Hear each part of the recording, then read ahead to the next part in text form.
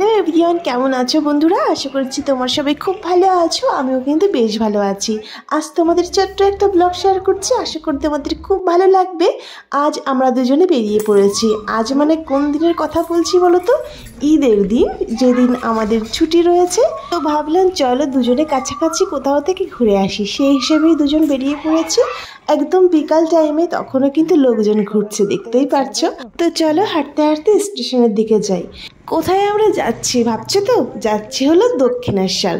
আমরা যেখানে থাকি তার একদম কাছেই দক্ষিণেশ্বর, কিন্তু কি হয়েছে, কাছাকাছি থাকলে কিন্তু সেখানেই যাওয়া হয় না।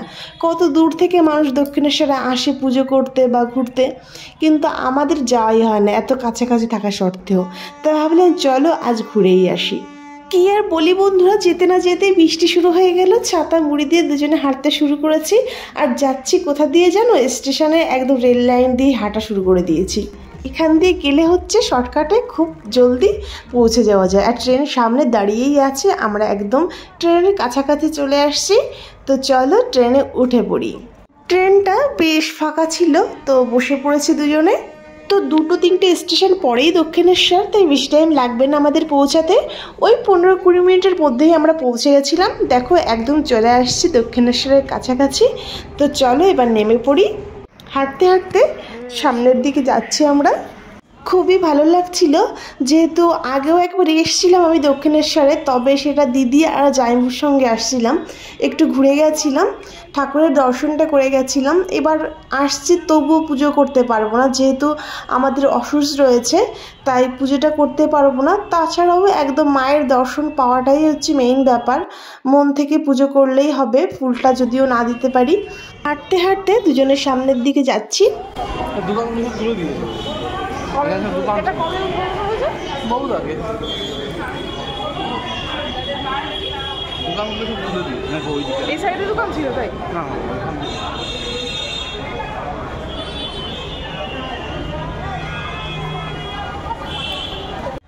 সামনের দিকে একটু এগিয়ে দেখি প্রচুর দোকানপাট, যেখানে মিষ্টি রয়েছে, ডালা রয়েছে, ঠাকুরের অনেক জিনিসপত্র এখানে পাওয়া যায়। এইরকম দোকান অনেক আছে সামনের দিকে। মায়ের কাছে ফুলটা দিতে পারবো না বলে কিছুই কিনতে পারলাম না। এবার আমরা চলে আসছি মেইন মন্দিরের কাছাকাছি। তো চলো এবার মন্দিরের কাছাকাছি যাওয়া যাক।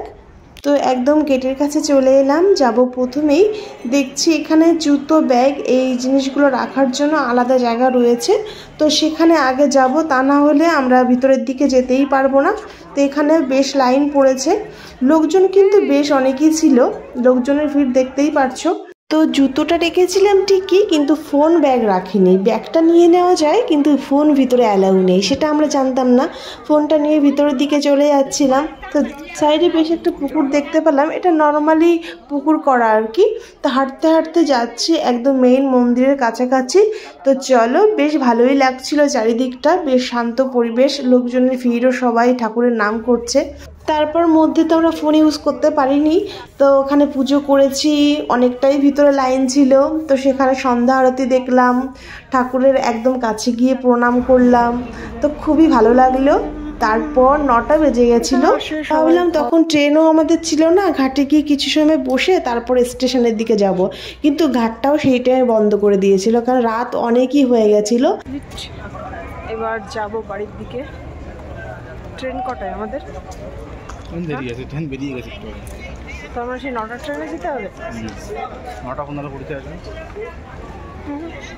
গঙ্গার ঘাটটা খোলা থাকলে তবু বসে থাকা যেত। এখন এখানে কেউই থাকবে না, সব বাড়ি যাবে, বন্ধ করে দেবে সব, তাই না? তাহলে চলো এবার যাওয়া যাক স্টেশনের দিকে, কারণ এখানে বসে আর কোনো লাভ নেই, এখানে বসার মতো কোনো জায়গাই নেই। তো আমরা একদম ব্রিজের নিচ দিয়ে এখন যাচ্ছিলাম, তখন উপর দিয়ে গেছি, এবার নিচ দিয়ে যাচ্ছিলাম।